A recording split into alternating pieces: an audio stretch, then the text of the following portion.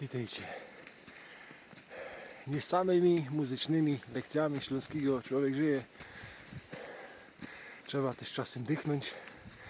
No bo przed nami od stycznia następny sezon. No i ma to tamto. Pora końcówek już jest. Reszta czas tworzyć. No ale trzeba zrobić coś w rezorcie mindfulness. Skupić się, poobcować z przyrodą.